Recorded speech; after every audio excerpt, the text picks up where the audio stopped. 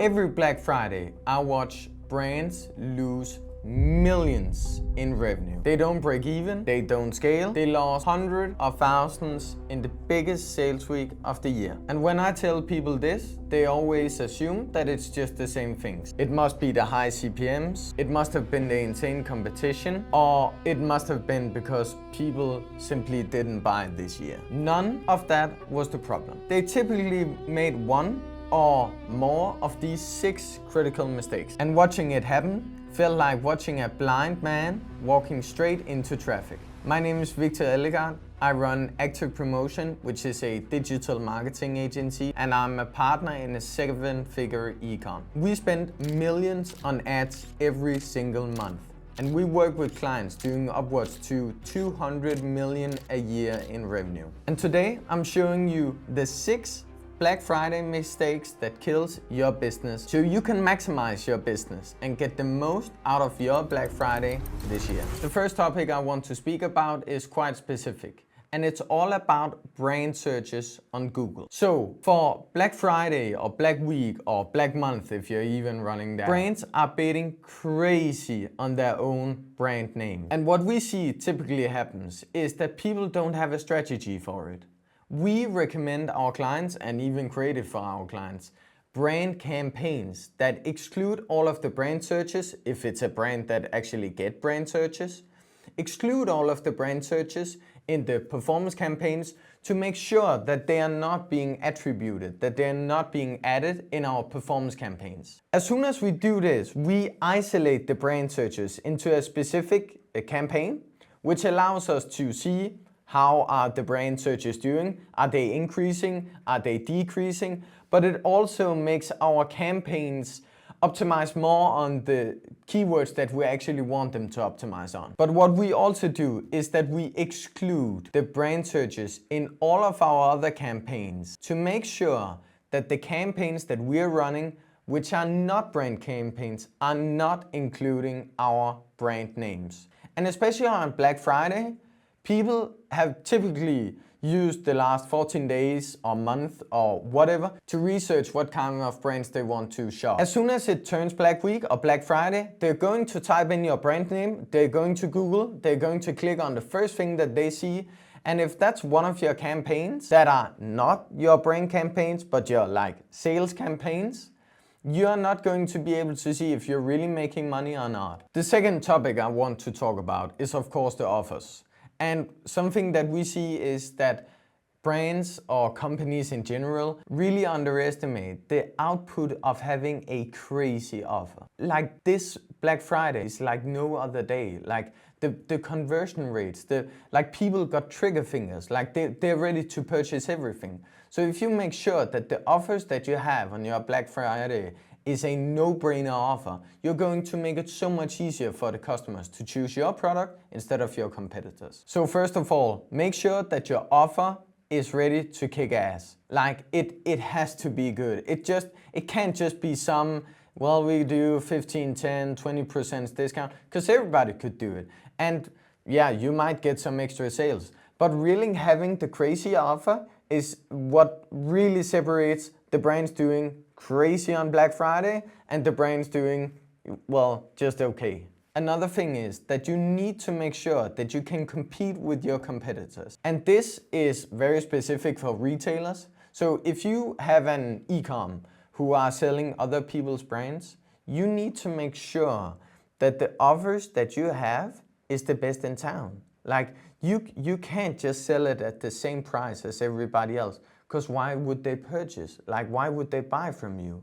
And it's like, when we talk about this, it's often very logically to see. But as soon as people are sitting in meetings planning Black Friday, should we do this and this or that? And people are like, well, no, we shouldn't really make it because, well, yeah, if you really want to crush it at Black Friday, make sure you have a banger offer. The third thing I want to talk about is having too many strategies. And that's something that we see happen way too often.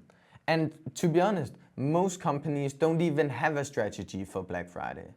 What we recommend our clients is to have one single focus, and that could be to generate as many customers as possible, to get as much data in as possible, to increase the amount of revenue overall, and that doesn't necessarily mean to have a lot more customers. Like, you can make strategies optimized basis on getting more customers, which is all about getting the volume of customers through, but increasing your revenue is a total different game. Like, that's all about increasing your average order value and maximizing the amount of revenue that you can generate that day, where the other strategy would be to maximize the amount of customers that you get through that day. Or it could just be to make as much profit as possible. I don't decide what strategy you go for. My single recommendation is just to have one single focus. Like, get more customers, get more revenue, get more awareness, get more profit.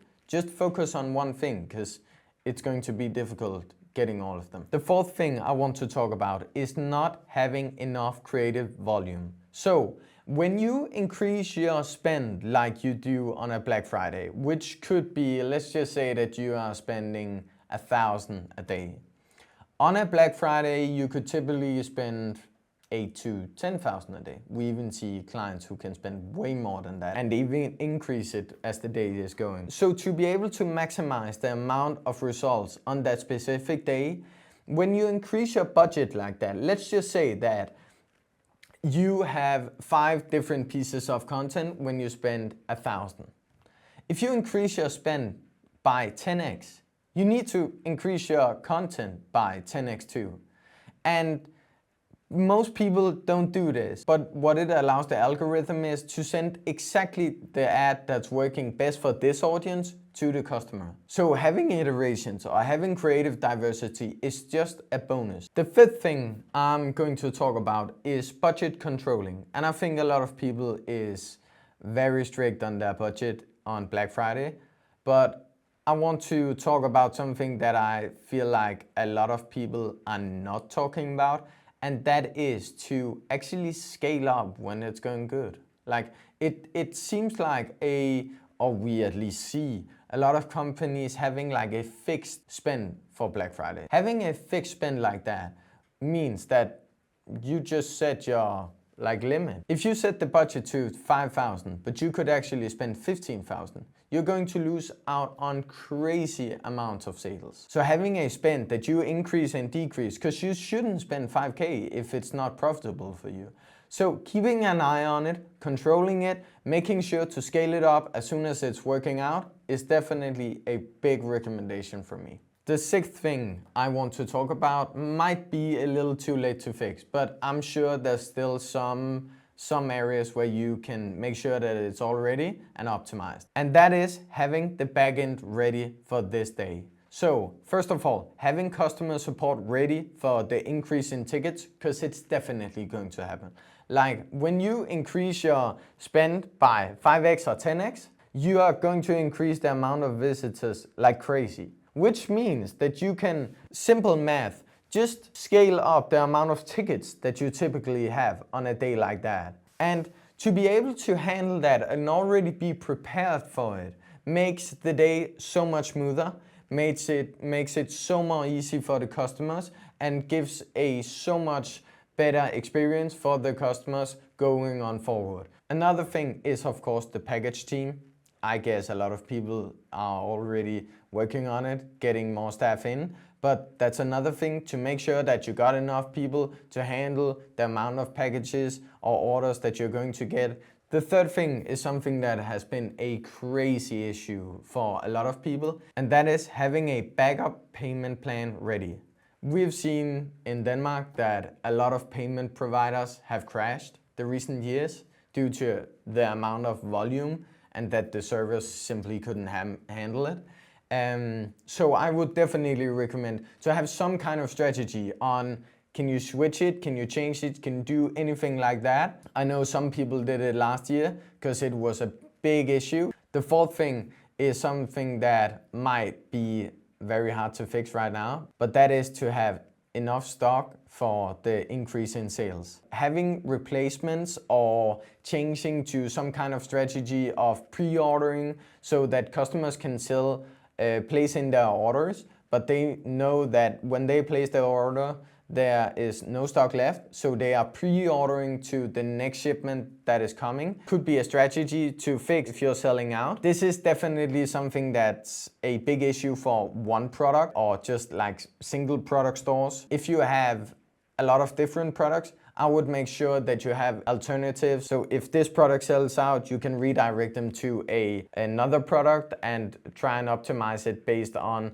well, this is sold out, we recommend you buy this instead. The final thing I want to mention is actually, I believe, my best tip, and that is to simply remember to enjoy this day. Make sure that you enjoy it. A lot of the topics that I'm going through is something that you, of course, can use in your daily, not just on Black Friday, but also sales periods or just not sales period. And I wish you the best Black Friday ever.